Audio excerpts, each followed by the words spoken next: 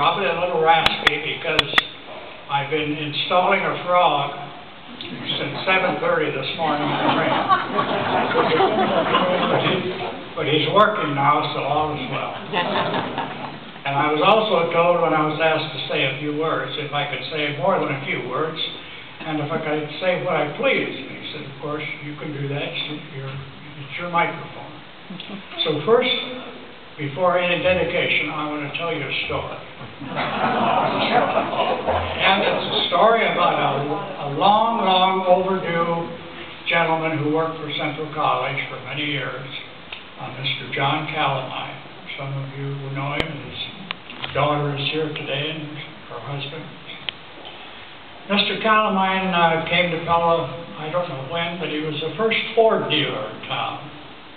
In a time when the guy that sold you the car also worked on the car. In fact, he lost a finger changing a tire on the Model T. After he'd retired, he went to work for the college, and he was the custodian of Graham Hall for many years.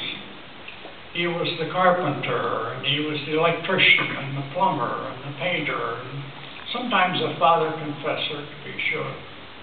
In fact, my wife spent her 4 years college residence in there, and she knew the Calamines very well, and was very fond of them. After we were married, we lived in a house on the corner of University and Main Street. It was a college house with 2 floors. We lived upstairs, and there were 2 of us, and there were 4 downstairs. We all used the same bathroom. And it was a little crowded, but very cozy. And we still thought maybe we needed a more permanent place. So we'd get on our bicycles and ride around town, but things were too expensive for it.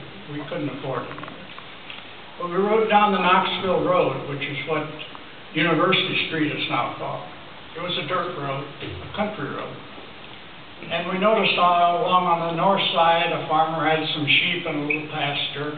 And it was a nice-looking piece of ground, a little knoll with an elm tree growing on the top of it. And so he said, maybe he'd sell that to us.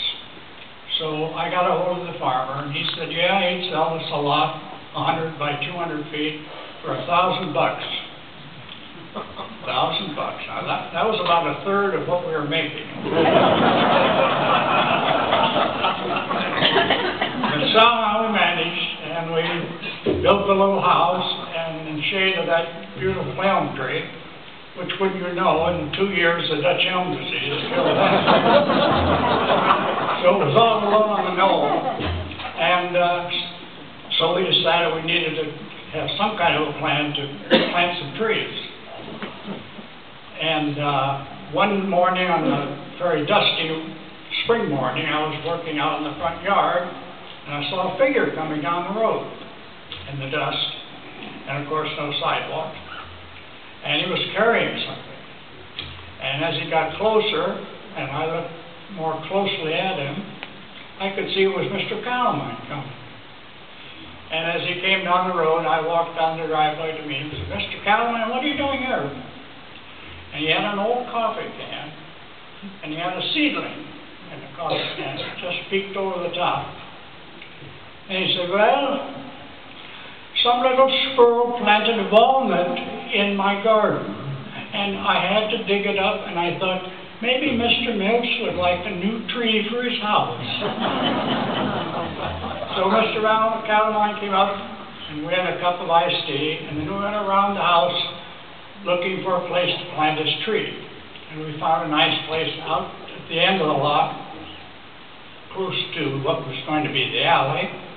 And already we had a sort of path start from the backyard back to the alley, and then on over to the school, and eventually to Webster School, where the children went.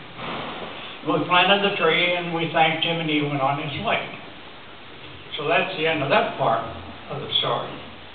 The tree flourished, and we planted other trees, and before long the place, for those of you who drove by, was a virtual forest. You could hardly see the house. But that walnut tree dominated the scene very definitely. So if we flash forward 50 years, when it was time to start building this building, Mike Lumberton would come over and we'd walk around the lot and see where they were planning to put this and put some yellow flags here and some red flags there and so forth. And at that time, Mike and I made a gentleman's agreement. Now, I'm not sure if that's an oxymoron.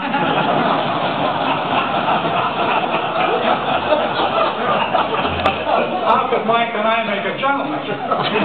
Maybe it was just a confusion of terms. Anyway, we made an agreement, and he agreed that when the plans kind of materialized, any mature tree that was on the lot, they would save. And they did save a couple of nice oaks that are in the south part of the Garden out area, but they couldn't save the walnut. It just had to go. So they cut it down, and I withheld my tears for a while. The tree was gone, and that was the price for them to pay for the new building. Well, unbeknownst to me, Mike had taken the tree to a sawmill and had cut up into inch lumber, and then had gone ahead and designed a wall to fit into this building, and it's right behind you. It's that beautiful black walnut wall, which to me will always be the Calamine wall. So that's the extent of the story that I wanted to tell you.